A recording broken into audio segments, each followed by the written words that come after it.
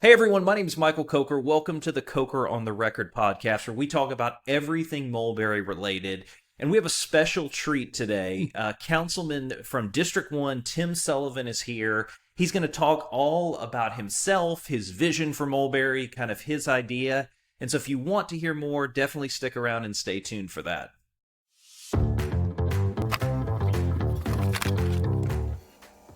As I stated, today we got a special treat from District 1. We have Councilman Tim Sullivan here, and he's going to talk a little bit about himself, about Mulberry, and how he has this vision for Mulberry moving forward. So, Councilman Sullivan, first off, thank you for being here. We very much appreciate it. Yeah. But before we get started, why don't you kind of introduce yourself, talk about where you're from, kind of your background, Okay. just kind of explain to our audience a little bit about that. Sure. Okay. Well, originally as a child, I grew up in New England, a little town north of Boston. We moved here in 1972. Delta bought the company my dad worked for. It was called Northeast Airlines. So it was move or take a down step in your career. So we moved. Okay, cool. The story my dad used to like to tell is he asked, did it snow in Atlanta? And they said, no. He said, I'll be there on Monday. That's Just, pretty good. because it can get nasty in New England. In the Sure, wintertime. sure. But yeah, I landed here, went to high school in Doraville, was called Sequoia High School. Now there's one in Cherokee, but I understand they're rebuilding it, going to rename it Sequoia again in Doraville. So that's kind of cool. But yeah, we lived down here for a couple of years. I went to college for a year, gave up on that, partied too much, didn't want to waste my parents' money. So I just decided, grow up, go get a job. I'd been working at Pizza Hut in high school, so I joined their management program. And for a short while, ran the Northwoods store off Roswell Road. I was the youngest manager in metro area Pizza Hut at 19. Wow, that's pretty yeah. impressive. That's a cool little tidbit. Yeah, it was fun. It was a fun job. Anyway, long and short of it, I left there after a while, did a couple other gigs as you do when you're that age and not attached. Ended up going to work for Genuine Auto Parts Napa in Norcross. They had an ad in the paper said, come work with us downtown Cortlandt Street for a couple of months. We're moving to Norcross. I said, well, great. The Norcross is close. I did that. 3 or 4 months, I think, after we opened that place, I met my future wife. In 1979, we got engaged on Mother's Day and married in November that year. Oh, congratulations. Thanks. Lived down there for a couple of years. Eventually moved to Sugar Hill back in 1983, I think it was. Back when there was nothing up here. It was just great. I think the Dodge dealership was here, and there was a Winn-Dixie grocery store, and that was about it. Wow. Everything was 2 lanes from 20 north. And you probably remember some of that. You grew up here too. So Sure, yeah. sure. Well, I won't tell you the year I was born. It definitely was after 1982. So, but go ahead. Not too long after, right. but shortly That's right. after. Yeah. But okay, yeah, go Yeah, ahead. I know. You're close to my younger daughter's age. There you She go. just turned 40 the other Okay. day. But yeah, we lived in trailer park for a couple of years, and then we moved the trailer to a lot where we lived for a while. And eventually bought a house in Brandon Acres, which is off Spout Springs. It was In one my of- district, actually. Yeah. It's one of, I think, 2, maybe 3 subdivisions that were actually being built in this Wow. area. Our deal was Melissa, our oldest, went to kindergarten in Sugar Hill. We hoped to stay in that school district. But it ended up we didn't. So Brandon Acres goes to Harmony Elementary. So we transitioned to there. And her and her sister went to Harmony the whole time, and then Lanier Middle and on to North Gwinnett, because we didn't have Mill Creek. It was 45-minute ride on the bus. I was going to say, I can't imagine Brandon Acres, which is right off Spout Springs, for those who don't know. To get from there to North Gwinnett, I mean, that had to take, I know there wasn't much traffic back then. Right, That still had to take some time, I would It's imagine. a good 45 minutes or so. Wow. But Crazy. yeah, so we, just living our lives and stuff. Eventually, my mom passed away, is what kind of spurred it. My dad was living in Doraville still, and we go down and visit. He was getting old, late 70s and stuff. And we had a little concern about him being by himself, so we kept saying, hey, why don't you come live with us? We'll figure something out. So long story short, we did. We ended up building a house where we live now in North Gwinnett Estates, big enough for my dad to come live with us. We sold our house. He sold his. We put our money together. Okay. So there's a master on the main with a full bath. Nice. And then our master is upstairs, and the girls' bedroom's all upstairs. We use it as an office now. After he passed, I just didn't want to leave it as a bedroom, right? Sure. So anyway, we were living there. We moved in there in the, mid-late 90s. 95, I think, is when we built the house. Stuff started growing up around us. And I got a little concerned. I'm like, we're out in the country. Why do you want to build a Kroger at Ridge Road? There's There's no reason for that. Everybody goes to Buford to go to Kroger, right? So I got a little involved. It was my first instance in doing that sort of thing.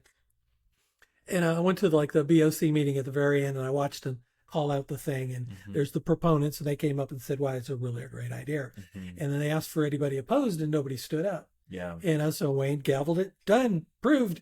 And that's where I learned that if you don't go and say, "Wait a minute, that doesn't make sense," everything gets approved. Yeah.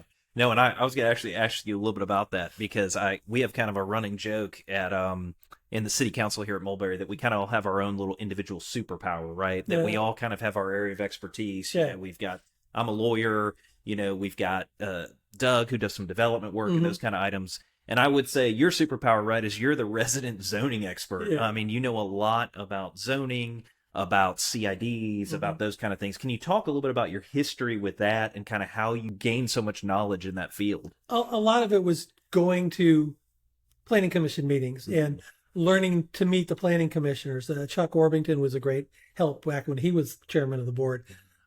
Teresa Cantrell, I think, was on there as well. There were several other planning commissioners. They were very, very helpful. And it's going to those meetings and listening and watching the process.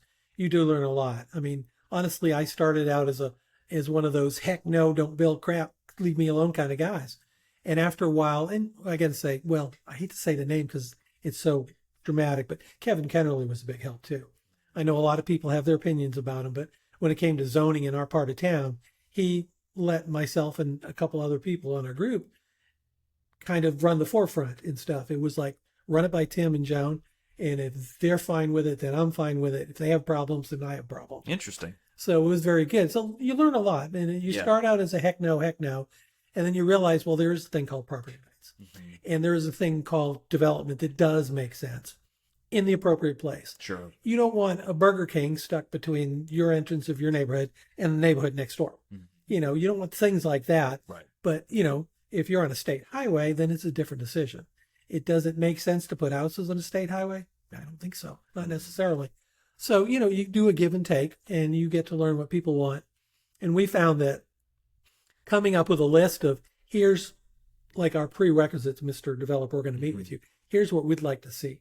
Here's a quality level. And we built all this stuff into our code in Mulberry now. Okay. Not specifically my list, but it's that kind of stuff.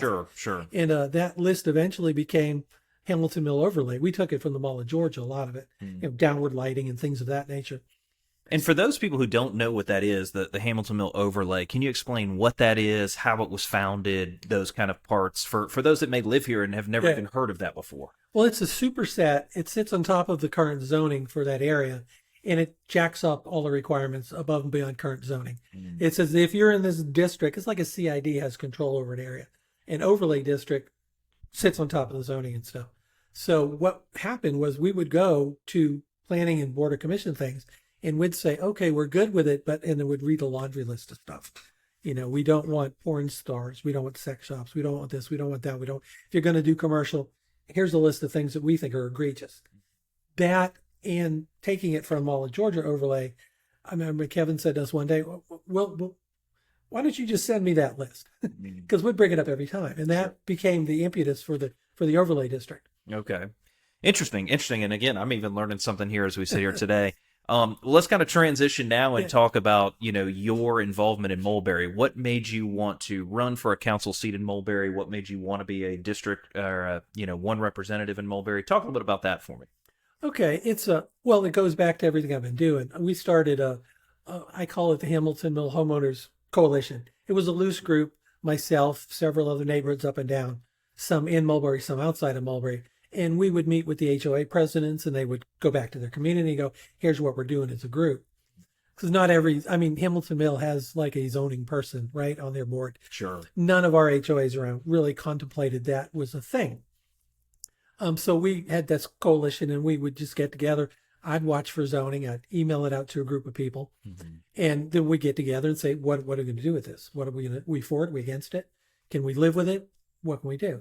So when the city came up, I was really just thrilled to find, although we're in the tiny, tiny corner at the very edge of the city, that we were included. Sure. And to me, becoming a city councilman, I want to take the vision that I had for what we should consider appropriate development and not, and bring that to a higher level, if you will. Okay. Interesting. And so obviously, knowing that in kind of the development and kind of your history, what are one or two items that are very important to you as a council member? So like if somebody said, who is Tim Sullivan? What does he stand for? What would you say those 2 to 3 items would be? Well, it's common sense growth is the main thing. And density is another thing that follows too. My subdivision has large lots. There are several around us that front Hamilton Mill that run multiple acres. I like that concept. You go down Ridge to Thompson Mill and you have just a ton more large lot neighborhoods. That's the character of our area. I think that character is something that people move there for. Not everybody that lives out my way are originally owners. They're people that bought property that existed because they wanted property, whether they have a horse or a cow, or they just want elbow room. The things I don't want to be able to walk down between two houses and touch both of them at the same time. So I'd like to see less density as a thing. Now, there are very dense areas in Mulberry. It makes sense if you're going to put more to put them contiguously to those. There's a place for that. And the other thing is really it's smart growth. We had, as things developed from the Walmart, commercial started marching down Hamilton Mill Road, and it hit the Chevron gas. They come up to the Chevron gas station, and we sort of had a gentleman's agreement with BOC. It stops there. We don't want it to go further. We had an attempt at one time to put commercial across the street from Cascade Falls. We got that turned down. We want to do a strip shopping center. There's a subdivision. It's a higher density across from my neighborhood that at one time somebody proposed a strip shopping center. So you'd had Kroger, a neighborhood entrance, and more commercial, and then the very old event center building. Mm-hmm. That doesn't fit the format that's around there. You've got Brazelton Highway with a lot of commercial on it. Again, like high density, you group things together. Commercial, better, higher quality commercial next to commercial makes sense.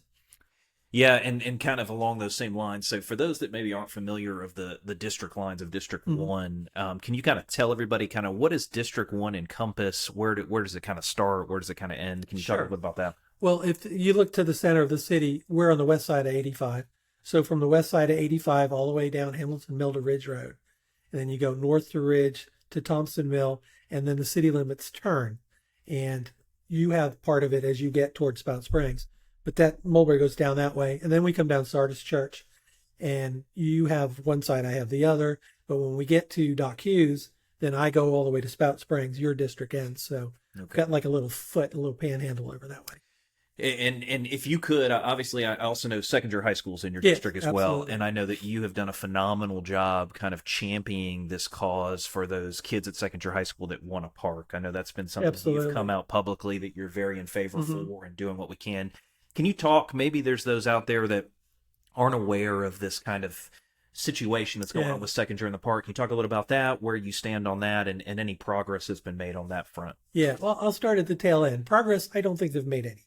We just keep getting stonewalled by Gwinnett County, by their Department of Parks and Rec. We went to a presentation at Seckinger where we had Holtkamp there and Parks guy there, and Commissioner Holtkamp did a good explanation of where all the money goes.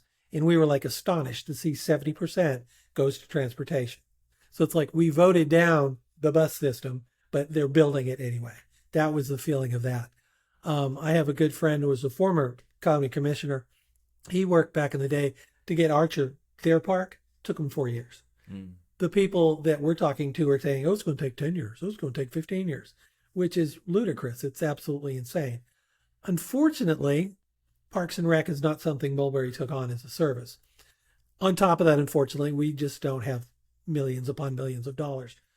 I would really wish we could have done something to help them to secure some land some way, somehow. But, right now it's in the hands of Gwinnett County. And to those that are upset or bothered by it like I am, call your county commissioner, call Parks and Rec, say, when are we going to get our parks? It's ridiculous that they're projecting 12 years out before they start construction.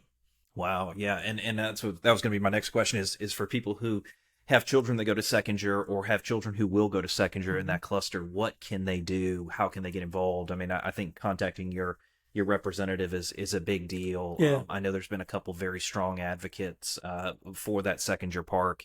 But I appreciate that explanation of kind of what Mulberry can and can't do as we kind of proceed and move forward. So Obviously, you talked about that, responsible growth is a big thing Absolutely. for you. That Seckinger Park is obviously something that you want to work with the county to do whatever we can to make happen. Is there other initiatives or items that you feel you're very passionate about that you'd like to see done, not just in District 1, but in Mulberry as a whole? To be honest, not as much. We were sold, I shouldn't say sold, we were promised a city with very light services.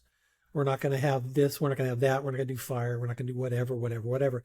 I think there's 14 basic services, but as we review the SDS we're trying to do with Gwinnett County, we know there's like 50 or 80 or 100 little things you can carve out as services to do.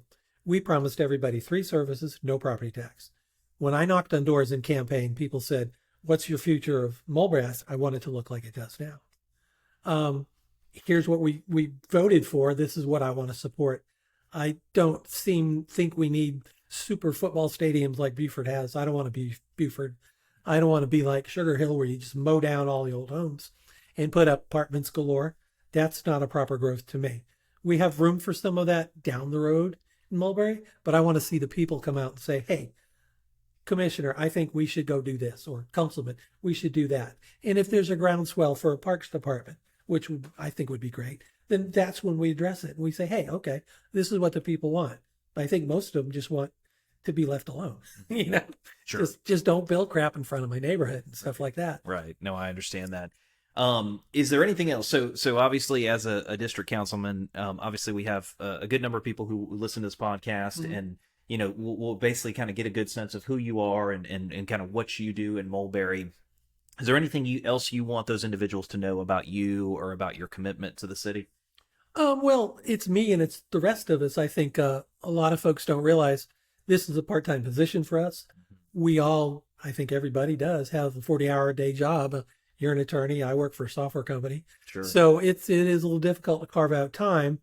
We did a great little retreat Saturday, which is, unfortunately, we got to give up a day off, but that's the only way we can get all of us together for a period of time and then discuss and move the city forward. But yeah, just a regular guy trying to do my best for the city. And we appreciate that. I mean, you're doing a great job. So you're doing fantastic. The last kind of question I have for you is, obviously very few people get to say that they started a city, right? Yeah. You're one of them. Yep. that will get to say that. What would you say has been the best part of starting a city? And then what would you say has been the most challenging part of starting a city? I think the most challenging is our continual fight with lawsuits from various entities. It's ridiculous. It's needless. It's a tremendous waste of money, time, and effort on everybody's. The best part about it is meeting great people like yourself and the other council members. Doug mentioned it yesterday or Saturday when we were at our retreat. We have a great opportunity here because we have a bunch of like-minded people. We all seem to feel the same way about vision. Now there's different levels. Some people want a little more, some people want a little less, but nobody is like going, "Oh, but we should have MARTA," or something off the wall crazy from the side. And that's great. You look at other cities, they're 10 years down the road, 20 years down the road.